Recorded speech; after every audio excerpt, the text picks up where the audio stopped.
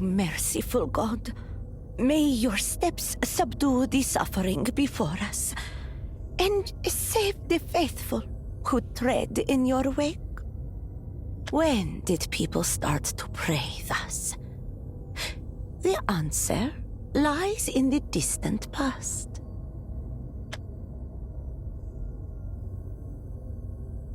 In the old world, a source of great pain and suffering plagued the people. They writhed in agony, and in time, stopped moving altogether. As they fell deeper into slumber, their bodies grew cold. Those unafflicted with this condition were at a loss for what to do, and their tears soaked the earth. They tried a myriad of ways to save their loved ones, but to no avail. At their wits' end, they turned to the divine. In exchange for offering up their prayers, they asked that this source of unspeakable grief be purged from existence. The divine being, the Underfoot, responded to their pleas, and a pact was made. And so it was that the people came to pray thus. O Underfoot, our merciful God, may your steps subdue the suffering before us, and save the faithful who tread in your wake.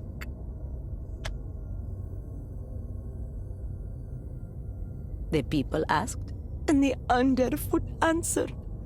The dreadful source of pain was exorcised from this world.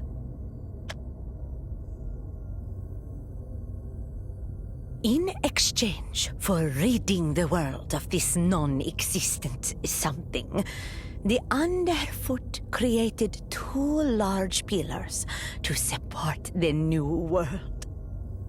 The first of these were the precepts, the rules that govern the actions of each and every person who walks this earth. So, we prayed in the mornings and attended Mass. We went straight home before sundown and stayed there until the next morning's light. Night or day, we avoided all but the most necessary use of our hands.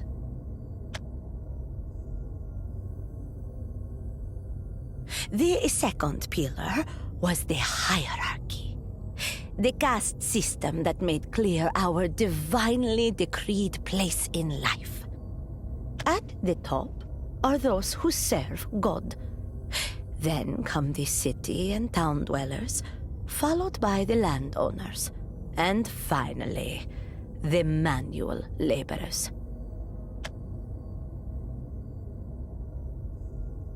The people accepted the precepts and hierarchy. A strife became a thing of the past as they turned their feet from the battlefield and focused instead on prayer. Humanity grew and prospered, and in time, the institution we know as the Church came to be.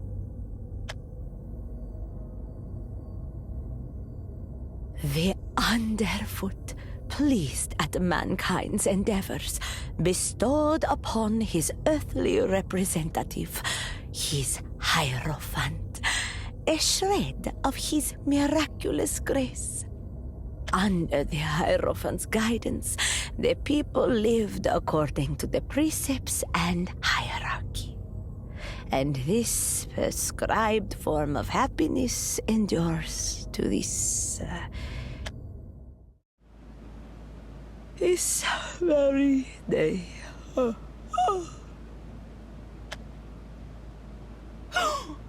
Esperanza, did you yawn? You're not allowed to yawn in front of the Underfoot. Did I not tell you? The tears you shed when you yawn are a way of showing your love for God. Huh? Really? Just kidding. What? Now that we're all awake, it's time for the morning prayer.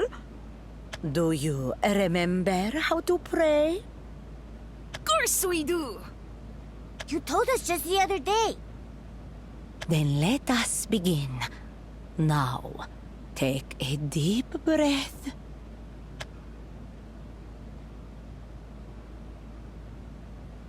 Every prayer begins by putting your heels together. Make sure that your toes are facing forward. Now, loop your hands behind your back. Just so. We must not expose our Lord to any uncleanliness. Next, bow your head. This is how you express your gratitude to Him for stomping out the suffering from our lives. Finally, you put your prayers into words so that what's in your heart reaches Him. O Divine Lord, our light, our Savior, with each step you take, you show us the way. By your power, I ask that you grant my wish. I want Mama to get well soon. And I want to eat lots of nice, warm food every day. Wonderful. Now we bow one last time, and we're done.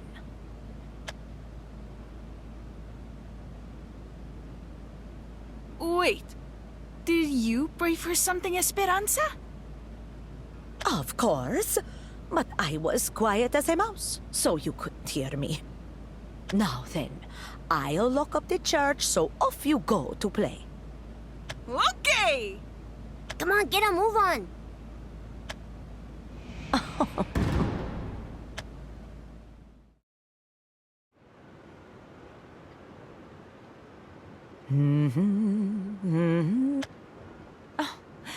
Good morning, Esperanza.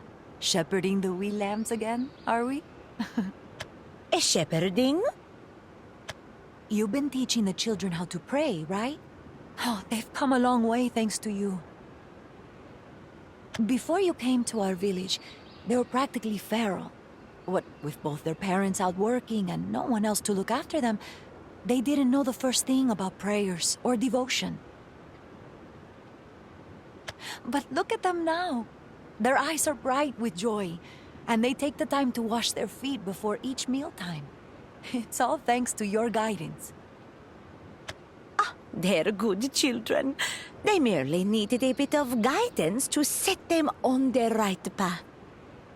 Perhaps if I had been given the same guidance, I wouldn't have been kicked out from the holy city. I should have kept my nose in my books instead of my head in the clouds.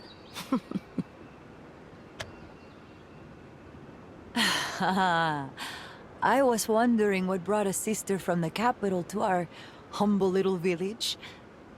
Well, the church may have made the wrong call, but we're grateful to have someone as pious as you to guide our flock. Pious, you say? I only hope I can meet your expectations. But surely you are not here merely to exchange pleasantries. I beg your pardon? At this time of day, you patrol the marketplace, do you not? And yet, here you are, waiting, no, loitering by the church door. Which means you wish to speak with me. So, how may I serve? You really are quick on the uptake. As a matter of fact, I do have something I wish to discuss with you. Now, this is just a rumor, but someone's walking around outside at night. At least, a villager reported footsteps. Goodness! Oh, so much for the second precept! Tread not the earth upon which the sun has set. It doesn't get any clearer than that, does it? Those who violate the precepts disturb the peace. We must identify and punish the perpetrator in all haste. I'll begin investigations into any suspicious activity. Thank you for bringing this matter to my attention. Oh, I should be the one thanking you. I feel as though a burden has been lifted, knowing you're also on the case. Let me know if you find any promising leads. We'll speak again soon. May you follow in the path of the underfoot. And may the path lead us to his divine grace.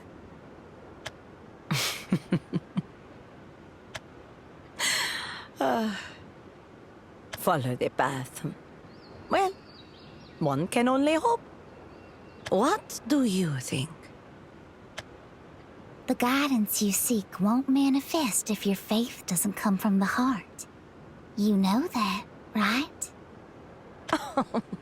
There are only two things I believe in wholeheartedly. The first is our promise, and the other is you, my dear Eva Maria.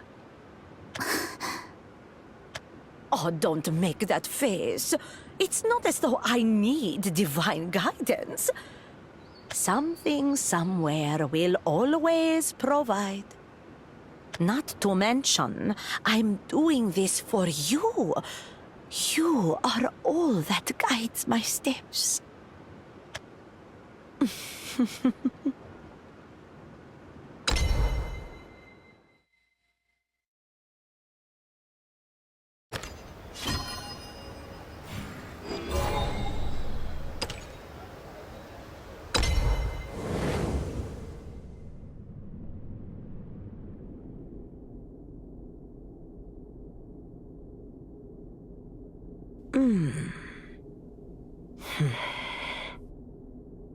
Put your fingers together, then raise them. Bow your head.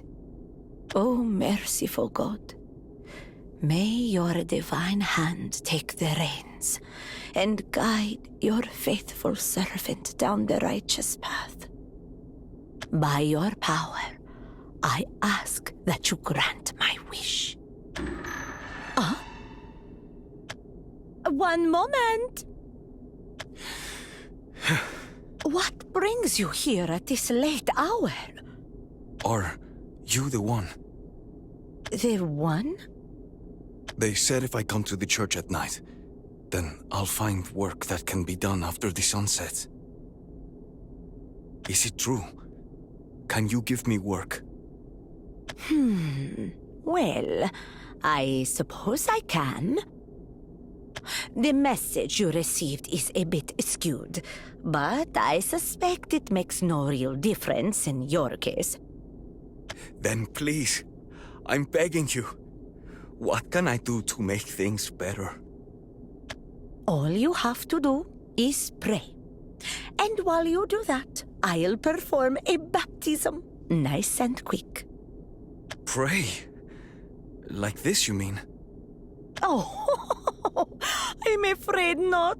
That method of praying does nothing under the light of the moon. But fear not. I'll show you how it's done. First, take a deep breath.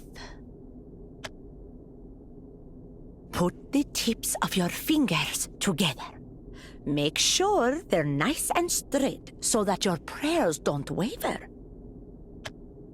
Now, raise your heels. Lift your face just a little so that you're looking straight ahead. Bring your hands up toward your torso, making sure your palms stay together. And now, you are ready to pray. Is this okay? Yes, hold that pose, and then, within the confines of your heart, repeat after me. O merciful God, break us free from the 6 lies and 4 shackles, so that we may be equal in your eyes. I swear, here and now, to treat my new brethren equally. I shall not discriminate, nor shall I hold myself above, for we are as one, and one is as all.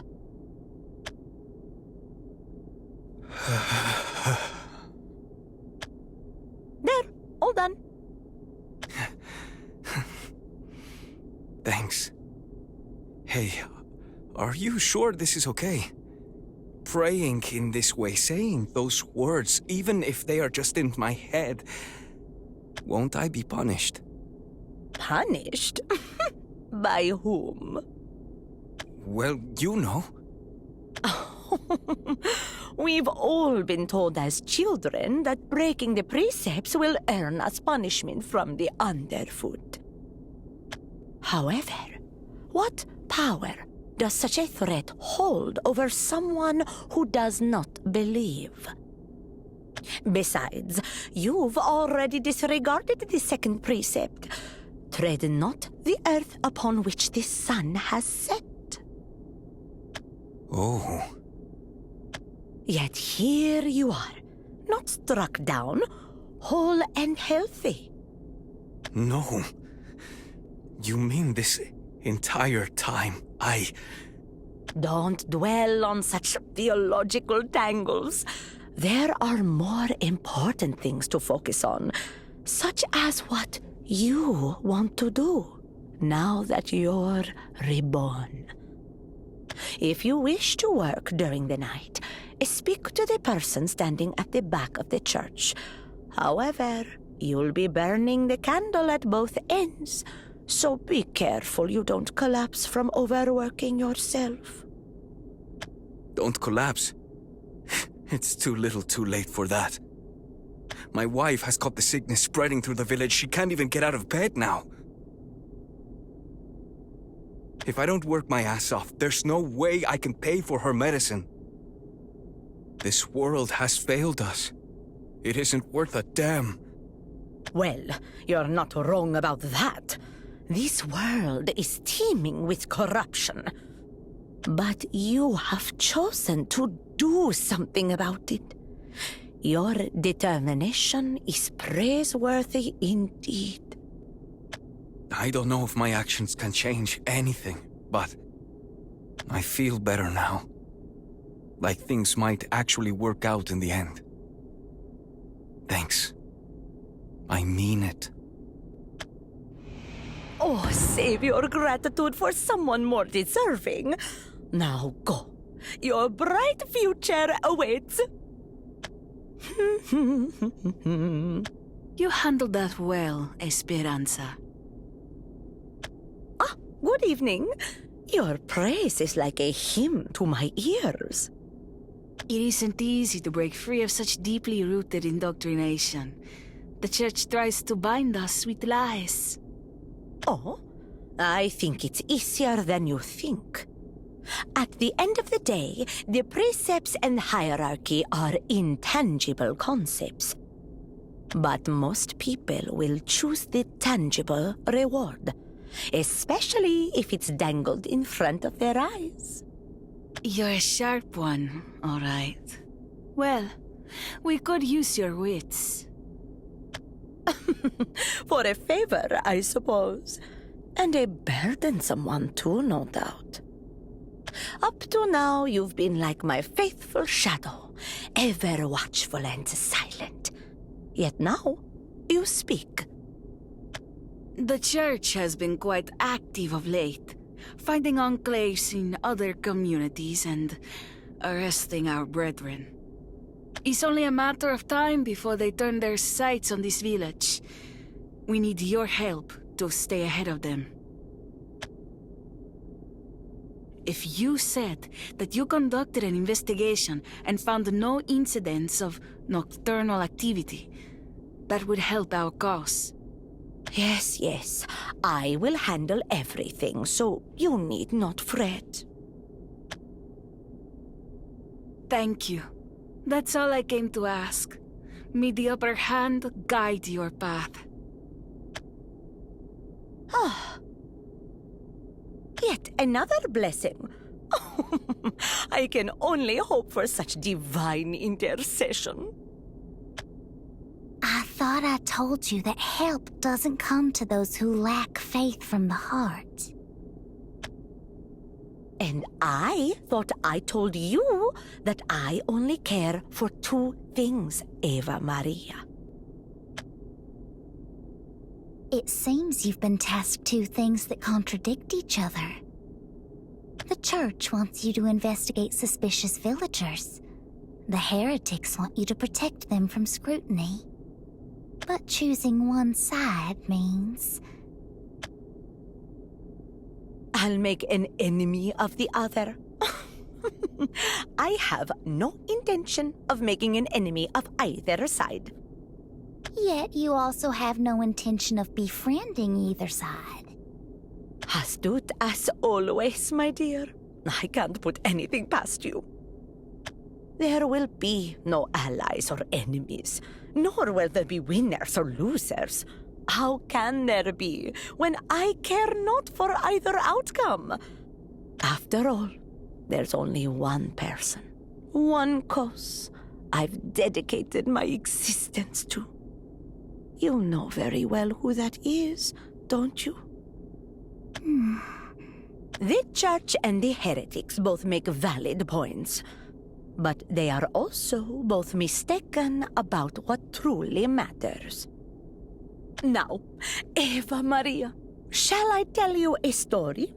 Just like when we were children. How about the story of a god who changed the world?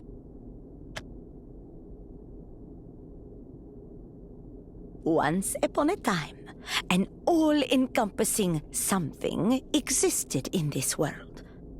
That something was a dreadful suffering and pain, but it was also a source of salvation.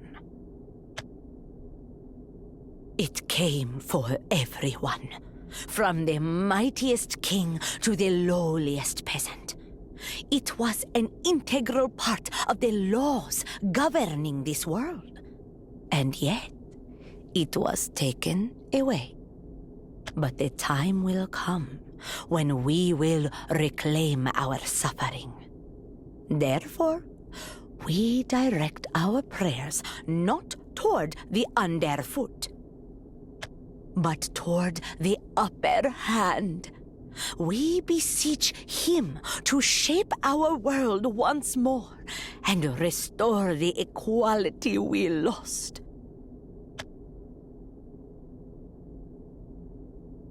This is a tale of justice, of redressing a wrong. At least it is for the heretics. Lovely story, is it not? But I have another one. Now, this tale is one that has long been forgotten. Apocrypha, you could say. It talks not about the providence of the upper hand, nor does it involve the underfoot. For I have made my vows to another, and I am ever faithful. Eva Maria, my dear Eva Maria.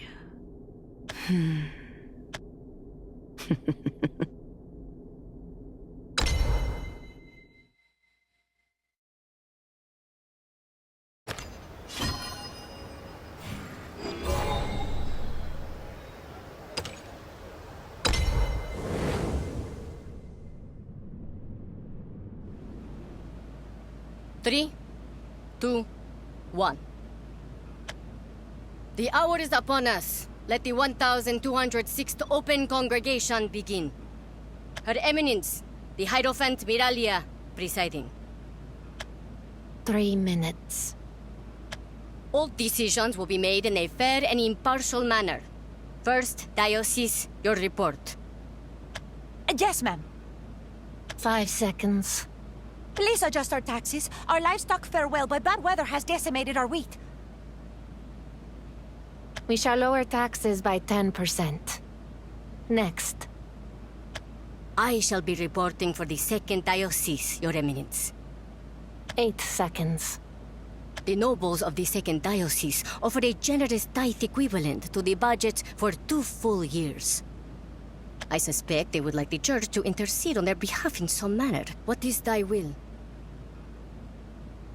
We refuse their offering. Tell them that the Church cannot be swayed with bribery. Our understanding is that there is nothing to report from the 3rd to 8th Diocese. You are correct, your Eminence. We await your verdict. We need not remedy the increasing crime in the 4th, 5th, and 8th Diocese. With regard to the 3rd and 6th Diocese being in tax arrears, we shall extend the collection date by 7 days, owing to inclement weather.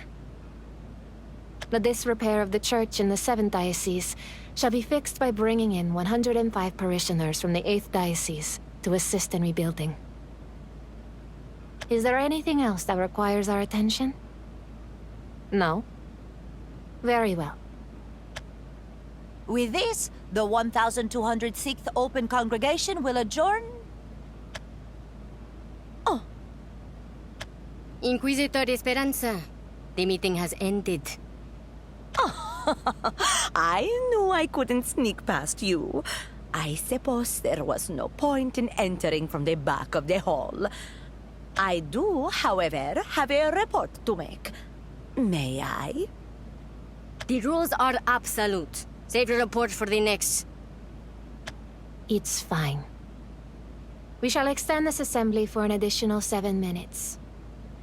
Furthermore, this is now a private audience. All parties aside from the Inquisitor may leave.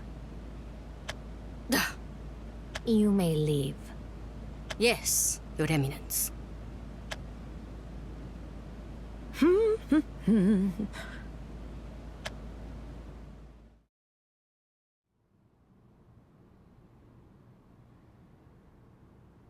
You always end the assemblies at precisely this time. Don't you long for some variety? Do you not get bored? The emotion of boredom is unstructured, whereas numbers are not. It goes without saying which is the more reliable metric. Godliness lies in the immutable, bounded, and routine.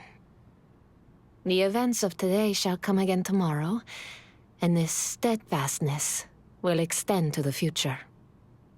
If you say so. That is why your report is worth extending this meeting. However, before that, you must pray, Inquisitor. Must I really? Again? Pray, Inquisitor. Very well, since you asked so nicely. Now, I bring my heels together like so. Make sure my toes are lined up straight, loop my arms behind my back, then bow my head. And done.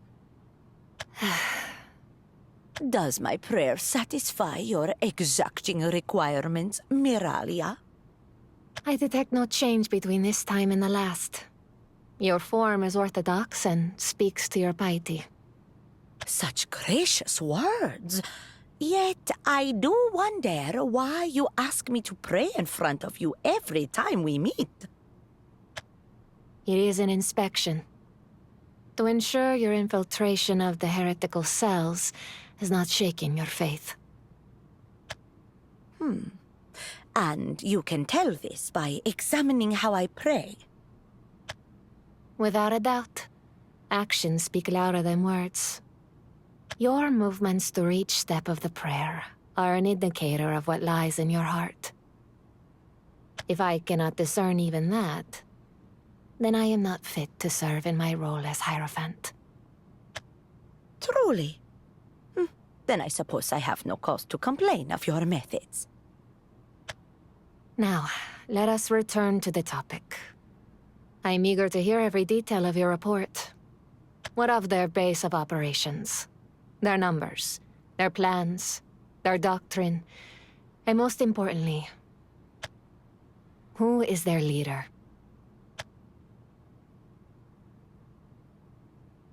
Of course. First, the heretics meet in the village church located 2,307 steps northeast of here.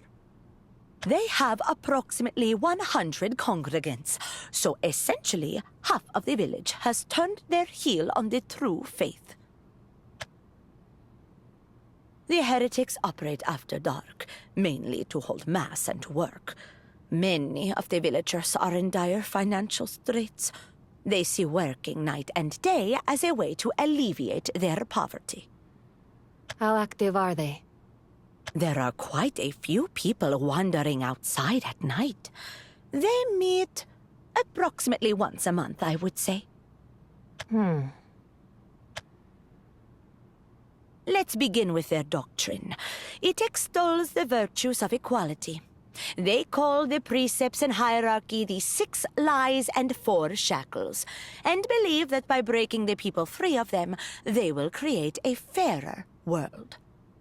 For them, the precepts are lies disguised as God's words, used to keep everyone in their place, a place that will most benefit the church. As for the hierarchy, the very idea of social stratification entraps free will. Furthermore, the system is designed to create an imbalanced, unjust society in which those further away from the top wither and starve. At least, those are the arguments the heretics trot out to turn the faithful astray. I see. And? Ah, yes, the leader of the heretics.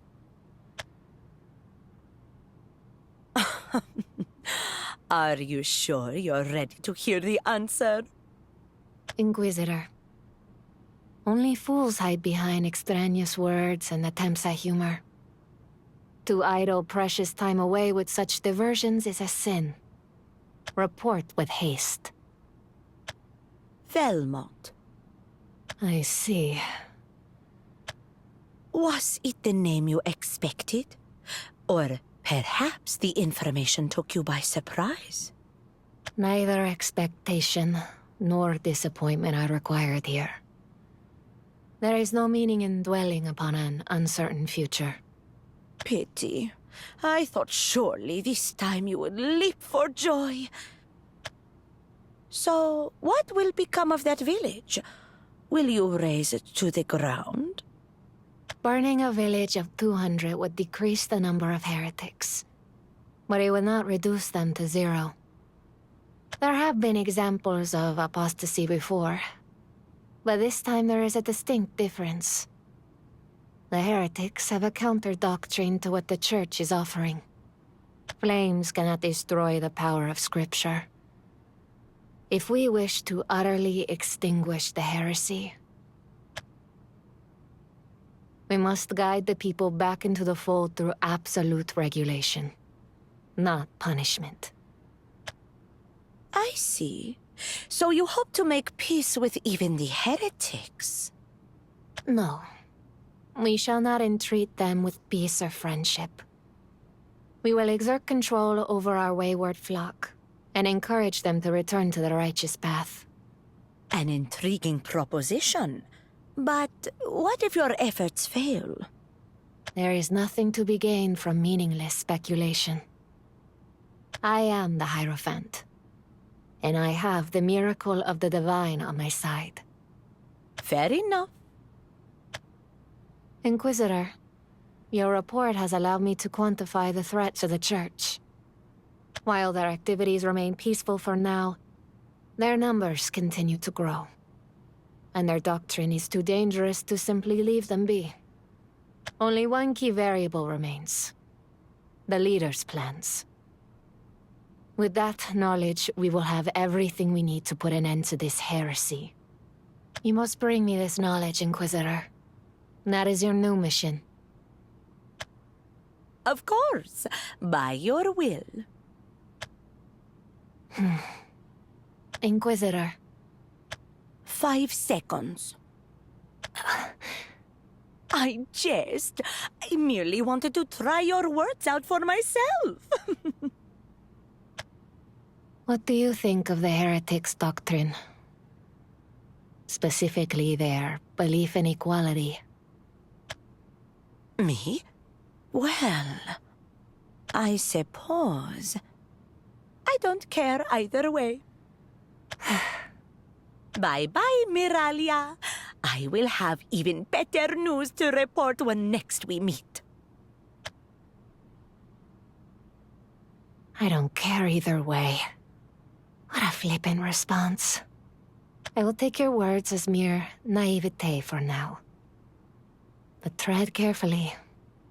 Overstep the bounds of accepted doctrine.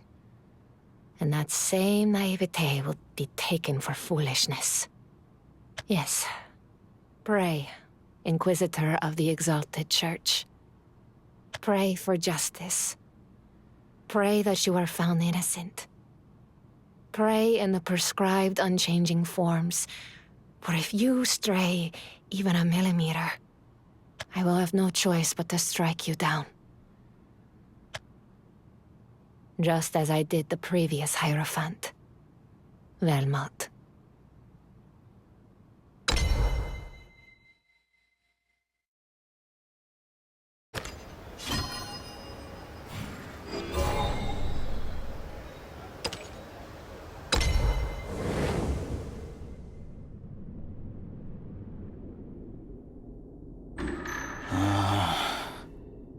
Hey, So you're here too, huh?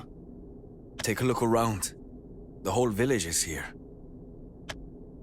It's not enough. Proper prayers won't do any good. Can't keep going. Why? Why do you think we've all been called here? Beats me. Probably has something to do with the church raids, seeing as... Wait,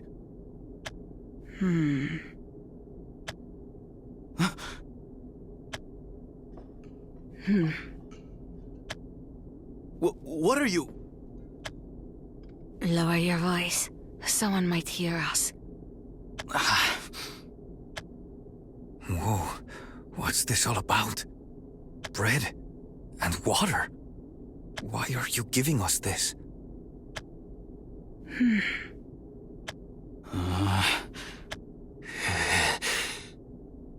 Huh? What? What is all this? It's food and drink. They're both very basic, but very important needs.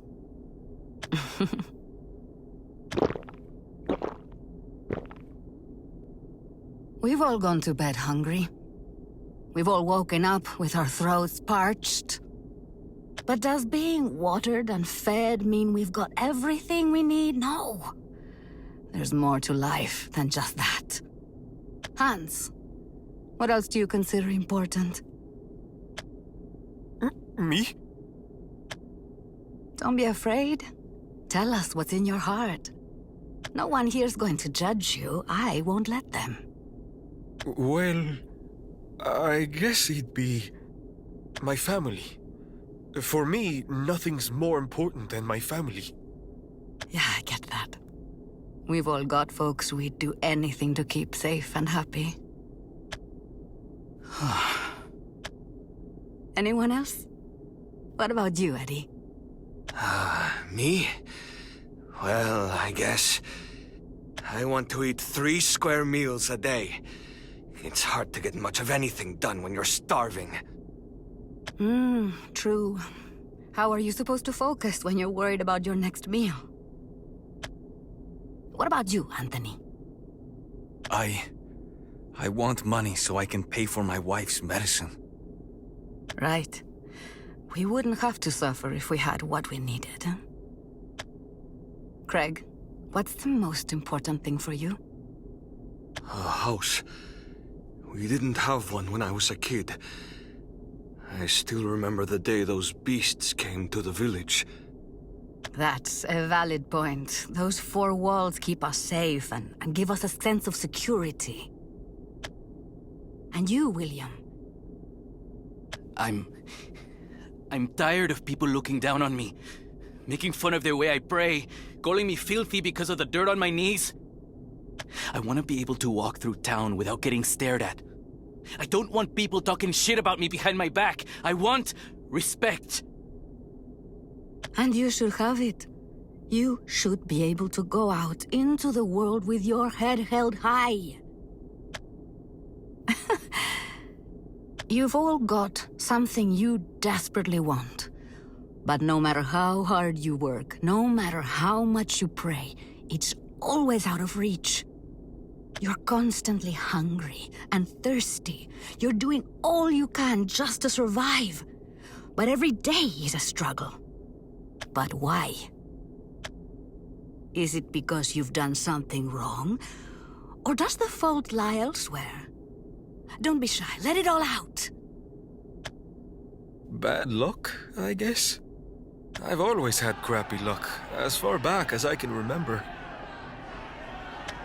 My worthless old man spends his days drinking us literally out of our home. The reason my crops failed is because of my neighbor. The trees on his property block out all the sunlight. I tried talking to him, but he refuses to see the problem. Where does that leave me? All I did was borrow a bit of coin, but that crook started bleeding me dry with interest. Exactly. That's exactly what I mean. None of this is your fault. The world is to blame.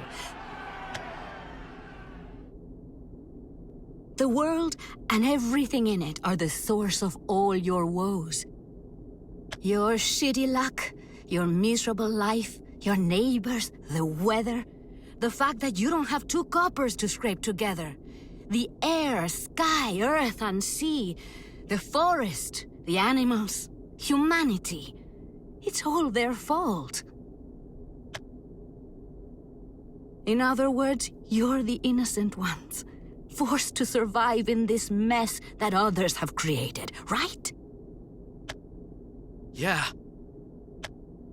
You're right. It was never us! That's right. So, what then? Should you just sit on your hands and accept your losses? No! Because you've already done that. And look where it got you. If I were you, I would reshape the world and take my fate into my own hands. We could start off with the basics. Make sure no one ever goes hungry or thirsty again. Then, we'd house everyone. Give them a home to come back to at the end of the day. And let's not forget about money, medicine, respect. If society won't give us what we need, then we should reshape that society together. My name's Velmot, and I consider myself lucky to be in such good company. I want us all to be seated at the same table as we eat together.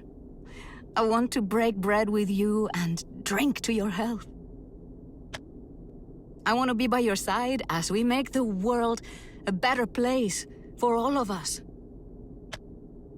I want to stand on equal ground with you, to work together and say proudly that while others stood by and did nothing, we changed everything for the better. Hans, Eddie, Anthony, Craig, William, everyone, let the world hear our cry. We're here, and we matter. If you stand with me, then I'll stand with you. Yeah, you're right. Yeah, we can't just sit around and hope for change. We're all in the same boat. We're in this together. We're equals. Food and water is just the start. There's still so much more we need. There's still so much more that we deserve. You said we should make our voices heard, but how should we start? What can we do to change the world? I'm glad you asked. Now, please do as I do and repeat after me. Let us pray. Oh, merciful God, break us free from the 6 lies and 4 shackles, so that we may be equal in your eyes. I swear, here and now, to treat my new brethren equally. I shall not discriminate, nor shall I hold myself above, for we are as one, and one is as all. We are heretics, and it's by our hand that the world will change.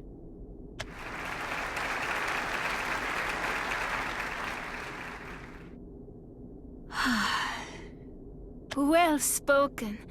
That was a stirring sermon. Thanks. I couldn't have done it without your helping hand, Canon. Thank you. I'm grateful for your praise. There's no need to get nervous around me. We're all equals here. Aren't we, Esperanza? My heartfelt applause to you, Velmont. A stirring sermon indeed. My words pale before your eloquence. Not at all. If anyone's gifted with a silver tongue among us, it's you. The way you effortlessly infiltrated the church and gained the trust of Miralia is nothing short of impressive. I mean, she even gave you the post of Inquisitor. The poor fool, she thinks you're going to root us out. And thanks to the crumbs you've been tossing her way, we've got enough breathing room to stay one step ahead. That may be true, but I cannot keep leading her down the garden path forever. Miralia is no fool. Yes, I am aware, Esperanza. I know firsthand how capable that woman is, considering she ousted me from my place as Hierophant. Every step she takes is perfect, every thought without a flaw. Which is why I have a proposal for you. What do you say to provoking Miralia just a little bit? Are you sure that's wise? If she wants to, she can very well send troops to rain fire down upon your heads.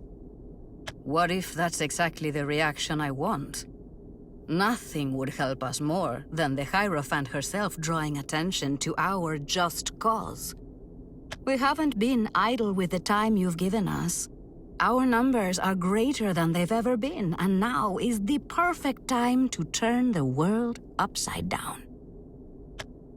All we need is a catalyst, something that will rock the very foundations of the church and catapult us into the role of heroic underdogs. Though, if anyone should be worried about how Miralia would react, it's you, Esperanza. What I'm asking of you is fraught with peril. It's not easy to undo her equilibrium, and doing so all but guarantees that the messenger will feel her wrath. On the other hand, there's no one more capable of threading that needle. Who else could have infiltrated the church and come this far unscathed? Miralia's rage will be the floodgate that opens the path to a new world for us. I would entrust this vital task to...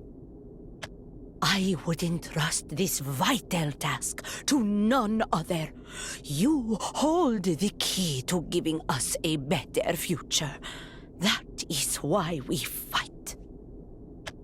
Have I got the gist of it?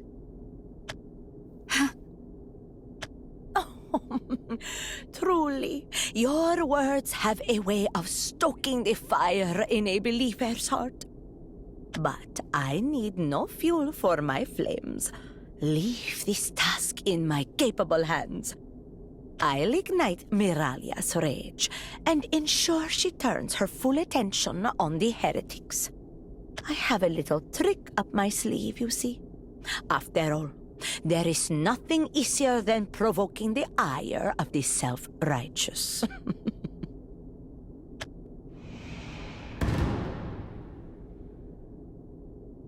You are truly amazing, Esperanza. You actually remind me of Miralia, with your effortless capability and talent. Oh, Esperanza. You think you're so clever, don't you? Like some puppet master, pulling my strings. And perhaps Miralia's too. That's fine. Doesn't matter anyway. Not when the realization of our hopes and dreams is so close at hand. The world will change, and we will be the ones to steer it toward a new dawn.